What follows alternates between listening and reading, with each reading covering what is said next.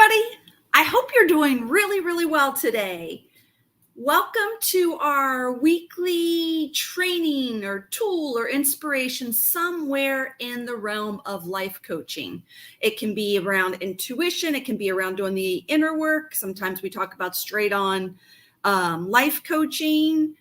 It's usually somewhere in that area. If we are new to each other, I want to say hello to you. I'm Michelle Legaly. I'm the creator of the Empaths and Senses Facebook group and many other things. If you are here with me live, please say hello in the chat. I would love to say hi back to you.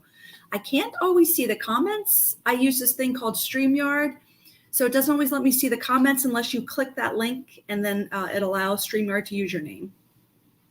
If you're here with me live, say hi in the chat. I'd love it. Okay, today is all about how to become a healthy, wealthy life coach. I'm going to share. Hi, Kim. Good to see you. Okay. I'm going to share a little bit about my journey. I hope it's not boring. I want this to be inspiring, and let's see how it goes. So a long time ago, in my own intuition told me that I was going to be a healthy, wealthy healer. And I'll go into that story a little bit more. But when I heard that from my own inner guidance, healthy, wealthy healer, I was like so far from that. I couldn't even identify with it. So let me go back to before I even got to that point. And then I also want to share a little story because I wrote in my email this week about a monk calling me from Mount Shasta and like this synchronicity and divine intervention of that. Okay. Rewind. Dozens of decades ago.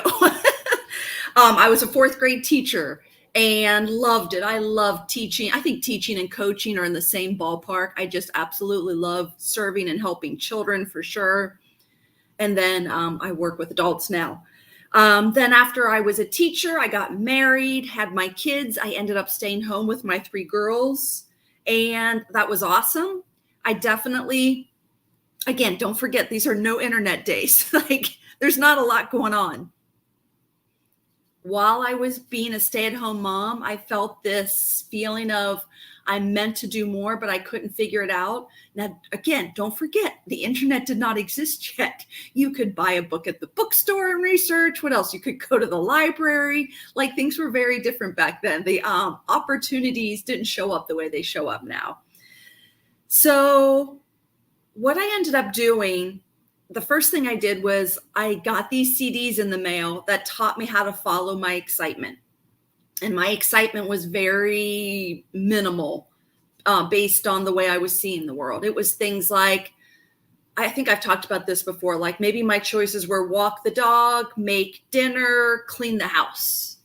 But I would choose, but the practice was to put those things in the order from most exciting to least exciting, and to follow the excitement first and not listen to all the other stuff going on in my mind. It was a training and following my excitement.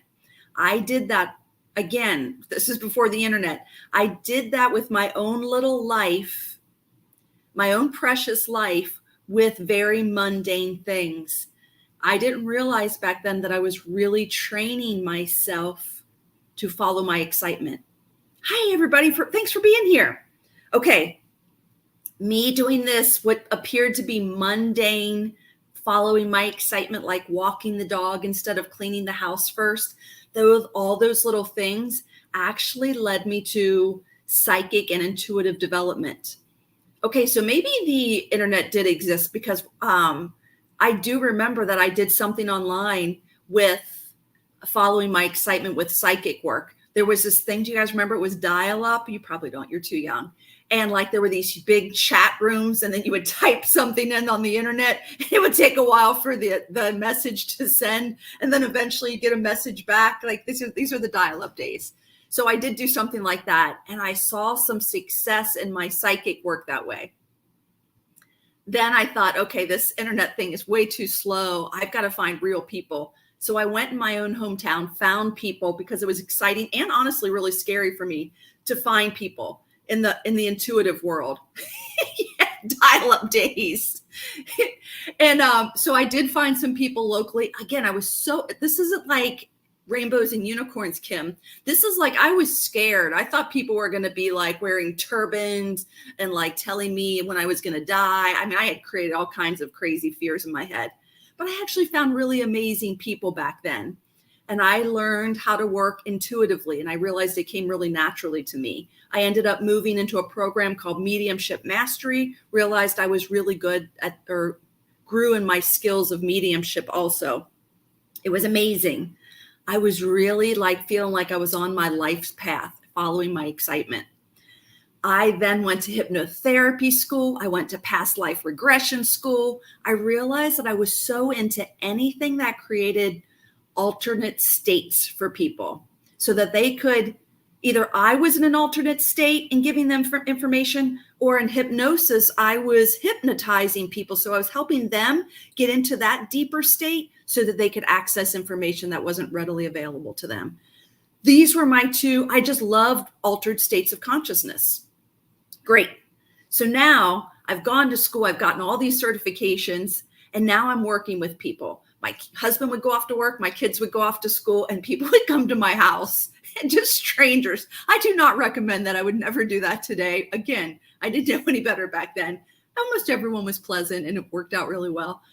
But they would either come over for readings, or they would come over and lay in my little office on a twin-size bed. Again, this sounds horrible. And I would hypnotize them. We would go through the process that I learned in school. But what would happen is sometimes people would get results, sometimes they wouldn't. There were no guarantees. And that was fine for me if it was free and I was just gaining experience. But I was getting burned out from free sessions. So I was charging at this point. And I was I had so much angst around people paying me and them not getting possibly not getting the results that they wanted. It really caused me a lot of anxiety. The other thing that caused me a lot of anxiety was, I know it now, I didn't know it back then. My own inner guidance finally said to, like, my anxiety got debilitating where I didn't want to see people anymore. And I kept thinking, oh, this is a money abundance issue. This is a going bigger issue. This is a limiting beliefs. And I couldn't figure it out. But what my own guidance said to me was, you're not in the entertainment business, you're in the healing business.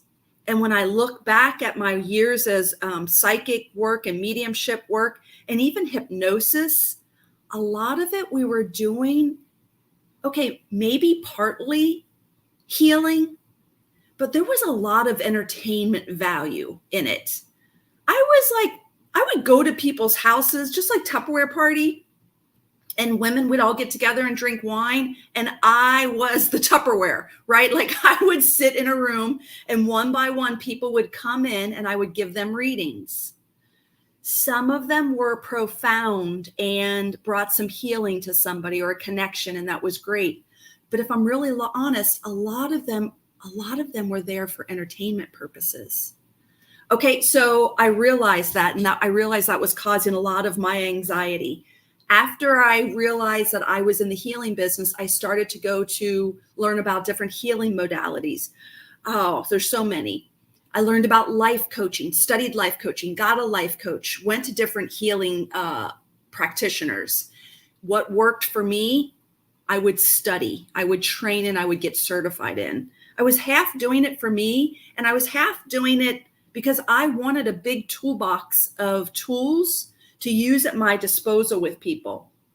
The biggest thing I learned in all of that is that I didn't have in my mediumship or psychic or hypnosis is helping people process what comes up for them. Like, you know how I love altered states of consciousness? Well, when you bring up information from the subconscious into the consciousness, an important step is helping people process what is now conscious. I didn't know that back then. I know that now. It's probably the most important thing to do. I teach that now. I'm going to be teaching it tomorrow in a workshop. I'm going to actually take you through the process I use with people. I'll put the link to sign up for that workshop. Okay. Next, what happens is I feel like I'm rambling, but I've got my notes here so I don't ramble too far. So now I'm seeing people. I'm still being seen as like a psychic, a medium, a hypnotherapist. People are still coming to me for that, but I'm starting to turn now. And I'm really talking more about life coaching. And I'm calling it intuitive life coaching because that's really where I came from the intuitive realm. But now I see the value of helping people process the stuff, the emotional stuff, and that helps them change the way they are carrying it. And that's how they're seeing big changes in their life. I'm getting it now. I feel now that when a client comes in and pays me, I could guarantee they're going to have a change. So now I'm really moved myself into life coaching or some form of life coaching, inner work, intuitive, whatever you want to call it. I've moved into life coaching, and my real goal in life at this point, then and now, is life coaching makes lives better. And that's really all I ever wanted for myself and others. Whether someone's life, they're struggling in their life, I want to help them make their life better. If someone's thriving in their life and they have dreams for a bigger life, I want to help them get to their bigger life. Life coaches just make life better for people. And I love thinking that way. Okay, then I get this. I'm on with my insurance one morning. I'm on my cell phone and this beep comes through. And I look at the phone and it says Mount Shasta. And you know how on your phone you can either like accept and decline or decline, I think. I never know what button to press if I don't have my glasses on. So I hit decline because I'm on hold with insurance. And you know how long that hold is. It's a very long hold. So I'm still on hold. I get another call from Mount Shasta, California. I click decline. I get another call while I'm on hold, decline. I get like it happens over and over again. And I accidentally hit I forget. I'm either getting off with insurance. Anyway, I end up on the phone with Mount Shasta accidentally. And I'm mad at myself. I'm like, oh, you pressed the wrong button or whatever. So now I'm like, have a fake smile, fake voice. I'm like, hello, thinking it's a telemarketer, right? This monk, it's from a monk in Mount Shasta. And he says these numbers came to him in a meditation and he needs to talk to me. But he doesn't even say that at first. He says, hello, are you a healer? And it shook me because it had been something that had been coming through my guidance, that I'm a healthy, wealthy healer. I'm a healthy, wealthy healer. So it had been something that had been coming to me every day that I've been keeping on the inside. And now someone from the outside that I didn't even know says to me, are you a healer? So it really kind of like took me by surprise. And again, I'm still thinking it's a telemarketer, but I say, yeah, I consider myself to be a healer. So then he explains to me that he got my number in a meditation and that he was meant to call me and help me understand how to be a healer. And he's going to help me clear some blocks. I'm such a pessimist, if I'm really honest. I'm so skeptical. I'm pretty sure this guy's a scam and that I'm going to have to give him my credit card. And Michelle, please don't give him your credit card. Don't do it no matter what he says. And he says to me, do you have a candle and do you have crystals? And I'm like, buddy, I worked as a psychic medium. Of course I have candles and crystals. Please hold. But he says, I'm going to call you back in 5 minutes, get your supplies, and then we're going to work together. So I hang up, call my husband at work, and I'm like, I think I'm being scammed, but I'm very excited right now. I'm going to answer his phone call. This might be real, but it's probably, and I hope I don't give him my credit card, but and I'm just rambling, half excited, half scared. Calls me, the monk calls me back in 5 minutes. He says, okay, you got your crystal, you got your candle? Yep, I have it. And then he says, okay, are you ready to release the block? And I said to him, I don't know what block I have. I don't know what you're talking about. I don't feel blocked. And he says, are you ready? And all of a sudden I feel this wave of like heat come up, panic. And I say, I'm not ready. And I don't even know why I'm not ready. All I know is I feel this feeling of panic. And he said, I'll wait. And so we just sit there, not saying a word to each other. And I'm waiting for this panic feeling to subside. it finally does after a few minutes. And I say to him, okay, I'm ready. And he says, okay. And then he's silent for a minute or two and says, it is done. Have a good day. Goodbye. And he hangs up. He never asked me for my credit card number. It wasn't anything about that. He wasn't a scam artist. He wasn't any of that. He was genuinely, I call it divine intervention. Some people have asked me before, Michelle, did your life change after that? And it was my cousin who asked me that. And I had never thought about it. But when I look back, my life did change after that. I really did step into becoming a healthy, wealthy healer in whatever way that was exciting to me to help myself and others. And I share all that with you because I think now I'm the lady who helps other people become healthy, wealthy healers. It's like I went down the road and now I'm supposed to I'm going to cry. This is how I know it's the truth. I'm meant to help. I'm holding other people's hands and helping them walk down the road of becoming a healthy, wealthy healer. Whether that means life coaching for you or something else, that's up to you. When I say healthy, wealthy coach or healer, I mean you being healthy emotionally, physically, financially, relationship-wise, that you have true health and abundance in every area of your life. We work on ourselves first and see the results, and then we're in a position to help others. Now, I'm going to put a side note to that. I've done this. That's why I know to say this. I don't ever want you to think that where you are now, you are more than capable of helping others now, regardless of where you are. I've had this happen with women that'll say to me, I just have a lot more healing to do before I help others. And it's not the truth. I can see they're just using that as a way to not deal with the fear of putting themselves out there. Like, I know the difference. I'd be happy to tell you if we ever talked, if it's true, and share with you my thoughts on that. We're all in a position to be the healthy, wealthy healers or life coaches, whatever you want to call yourself, that we're meant to be. You are so needed in the world. This one makes me emotional too. Like, I don't know. There's this thing, and I have it inside of me. I know some of you, like Kim's here, Teresa's here. I know these ladies. Some of you I don't know as well. But if there's this feeling inside of you that you're meant to do something in the world, that is your calling.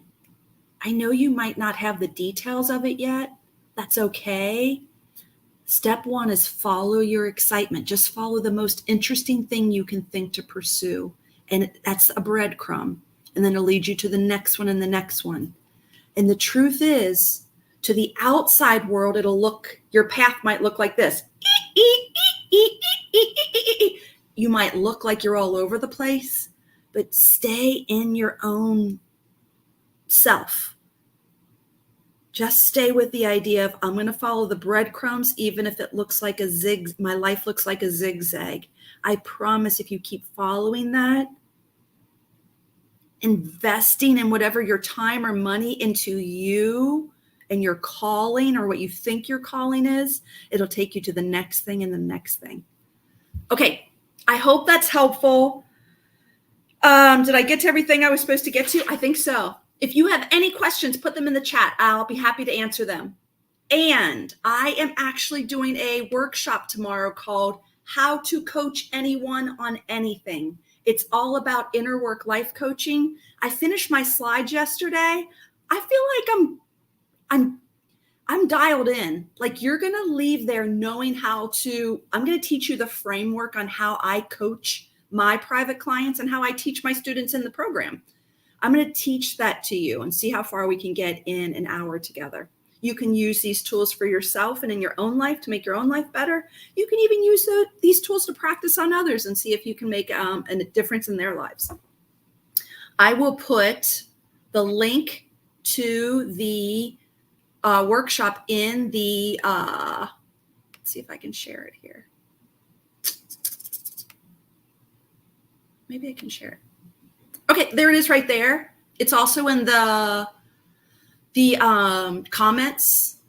Okay, Kristen says, I understand that, the fear of putting myself out there, but I also think about how many times I ended up helping someone heal without being paid or solicited to do it.